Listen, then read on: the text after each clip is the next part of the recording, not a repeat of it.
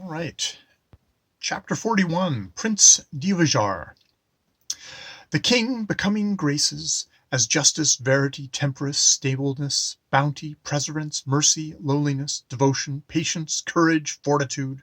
I have no relish of them, but abound in the divisions of each several crime, acting in it many ways. Macbeth, Act 4, Scene 3. At this moment an officer entered, announcing the arrival of Prince Dvjhr and suite, requesting an immediate interview with the minister, and a leaf left the room. In a few moments a clamour of voices was heard from the audience hall, evidently in angry dispute, amid which the voices of the minister was heard in stern and commanding tones. In a few moments he returned. His countenance wore an expression of displeasure. "This spendthrift prince," said he, "squanders vast sums annually in riotous living and gambling.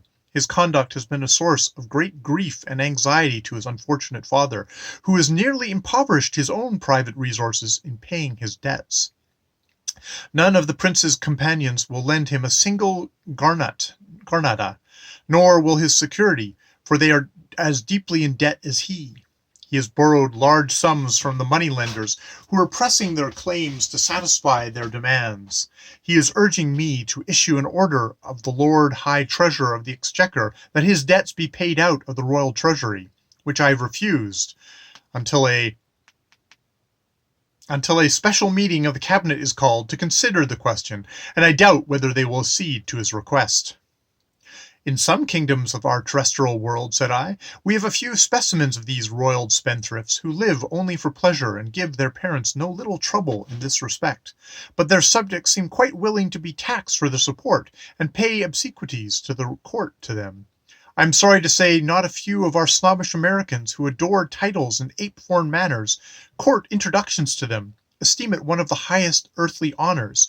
Some of our fashionable females also, who happen to be blessed with large bank accounts bestowed on them by rich papas or deceased husbands, are perfectly crazy to form matrimonial alliances with these titled peacocks, in order that they may be able to hold their heads a little higher than their sisters, and be addressed as 'Your Grace,' 'Your Ladyship,' 'Madame la Comtesse,' 'Madame la Baronette,' etc., purchasing their titles with gold, their petty vanities and ostentations, the ruling sentiment of their lives, being gratified.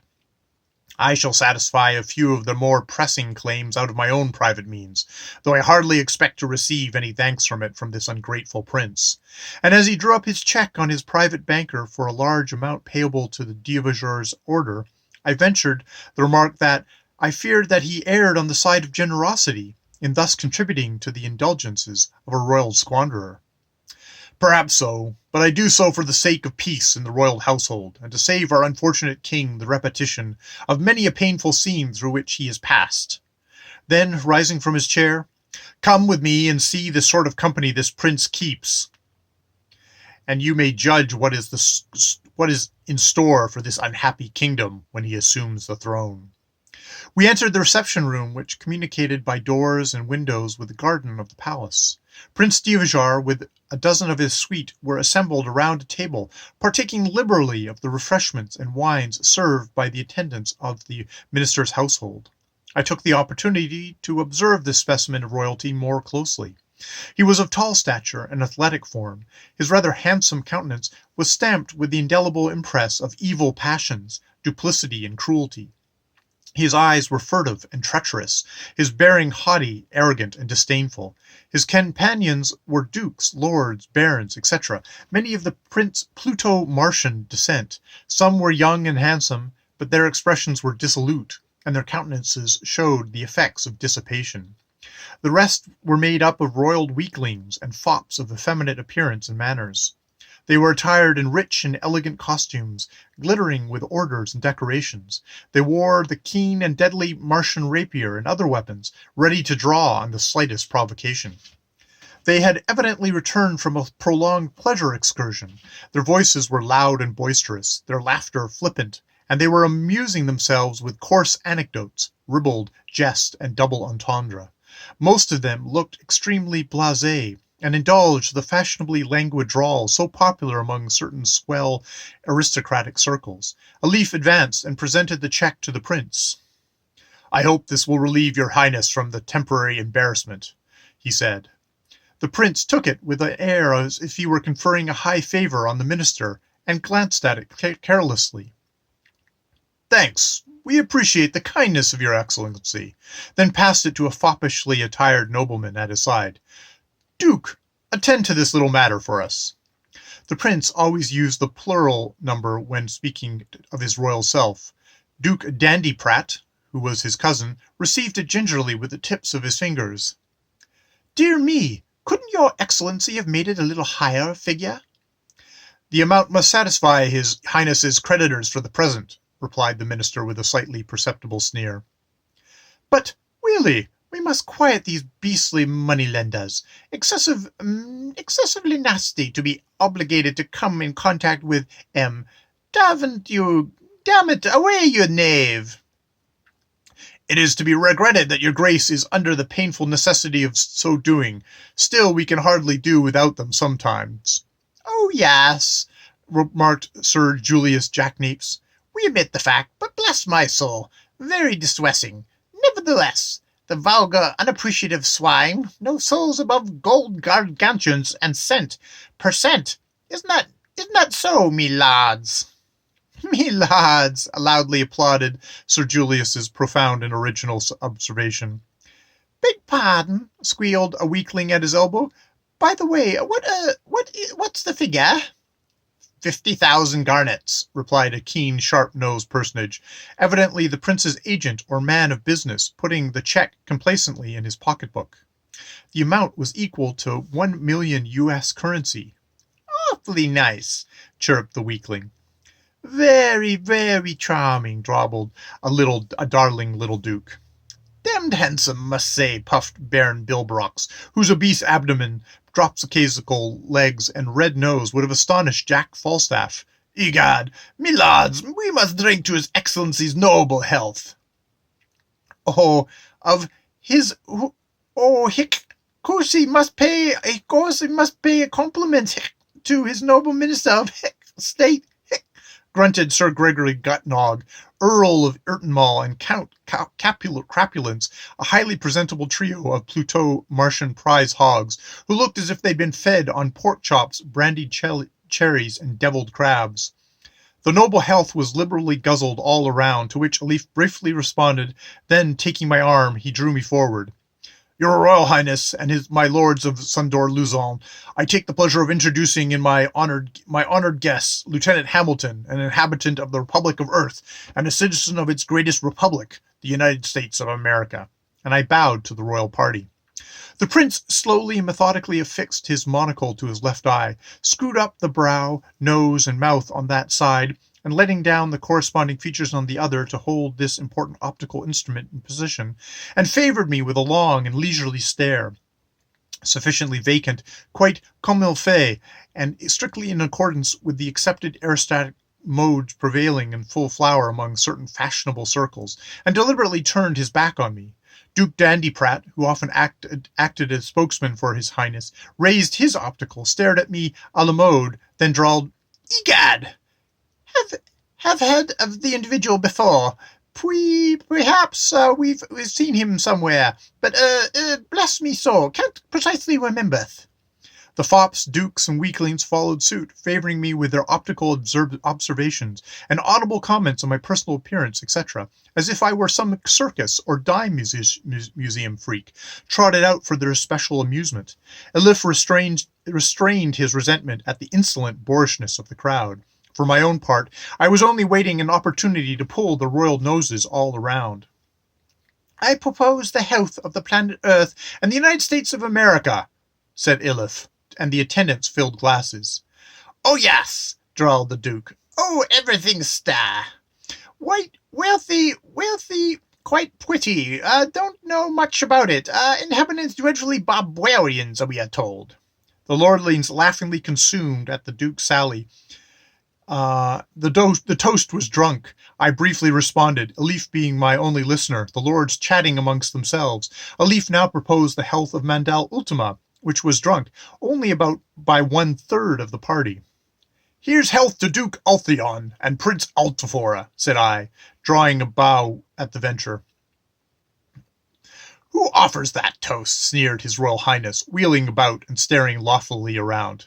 "My guest, Lieutenant Hamilton," Elif replied. "Quite out of place." His Highness wheeled back again. The heir apparently always assumed his royal prerogative of proposing, accepting, or refusing any toast he saw fit, regardless of anybody else, and expressing his pleasure or displeasure accordingly. "Bless my soul! Can't think of it. Very improper, indeed," echoed the crowd. Duke Stilibart, one of the most dissolute peers of the realm, the prince's favourite boon companion, and with a face like a satyr, rapped loudly on the table. "Here's success to the suit of our gallant prince for the hand of Her Royal Highness, the Prince Mandal Ultima." The toast was drunk with immense enthusiasm. The minister and I never raised our glasses. "Your Excellency does not join in the toast," said the prince, glancing haughtily at the minister and threateningly at me. "Your Highness is fully aware of my objections to this proposed union for official reasons, which I am not at liberty to communicate. Furthermore, it's quite evident that your efforts in that direction will not meet with the success you anticipate." "Ah, indeed, will your Excellency condescend to give me your reasons for your highly valuable opinion in that matter?"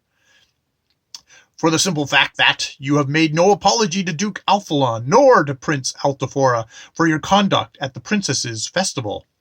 "Apologies? Does your Excellency intend that as an insult?" he haughtily queried. "I intend no insult to the heir apparent of the throne of Sondor-Luzion," replied the minister gravely. "Your royal father and I deemed it not only an act of courtesy, but our duty to apologize for you." "Ha! Then my royal father played the fool, and you have been guilty of a contemptible act of servility. I advise you to keep yourself to your ministerial trade and not to meddle with the affairs that don't belong to you." The eyes of Elif flashed fire at this brutal insult, and for a moment it looked as if he would crush the royal ruffian with an avalanche of wrath, but he simply bowed and smiled. The lord stood gaping with astonishment at the prince and the minister. At this moment, Colonel Armatov and Lord Montalbar entered. The former hurriedly announced to Elif that a messenger from the king had arrived requesting an immediate audience, and the minister left the room. Lord Montalbar approached the prince. "I have the honour to bear a message from Her Highness Prince Harovonian of Adusar, heir apparent to the kingdom of Rohita Savoyal," presenting the letter. The prince opened it and burst into loud laughter. "By Jupiter, a challenge for that puppy? Harovian, only think of it, unless I apologize. Pretty good, must say," passing it to his suite. Their lordships laughed boisterously, passing it around. The prince snatched at it, tore it in two, and handed it to one of his attendants. "Here, fellow, pass that paper to your messenger, and tell him to carry it back to the puppy who sent it." The man hesitated. Colonel Armatov stepped forward. "Your Royal Highness will pardon me, but you are subjecting the honored guest of our Minister of State to shameful humiliation." "Colonel Armatov," shouted Dvjhr, "none of your sage remarks here. Request you go-between messenger to tell that rascal Harovian I tossed his challenge back in his face." "Prince Dvjhr, I'm not your equal in military rank, though not in royal station." "Prince Dvjhr, I am your equal in military rank, though not in royal station, and I positively refuse to convey any such message to Lord Montalbar," replied he sternly. Lord Montalbar's eyes flashed fire, anticipating an instant explosion. I stepped forward, and in a low tone, "Gentlemen, let us leave the scene of these insults." And arm in arm we left the room and passed through the open doors into the garden, which was brilliantly illuminated. "Good God!" exclaimed the colonel. "This prince seems destitute of common decency. I'm truly grieved, my lord, that you should have been subjected to such dastardly insult." "His insults cannot touch me. I expect nothing better," replied he, "but I am at a loss to know what course to pursue with respect to Prince Harovian's ultimatum." "Your age and position exempt you from that ungracious affair," replied the colonel. "There's no telling what he might not do. He would certainly insult you brutally, and although you are the guest of our minister, might order your arrest on the ground of insult to his royal dignity." "Leave that to me," said I. "I will deliver the Prince Harovian's ultimatum on the first opportunity."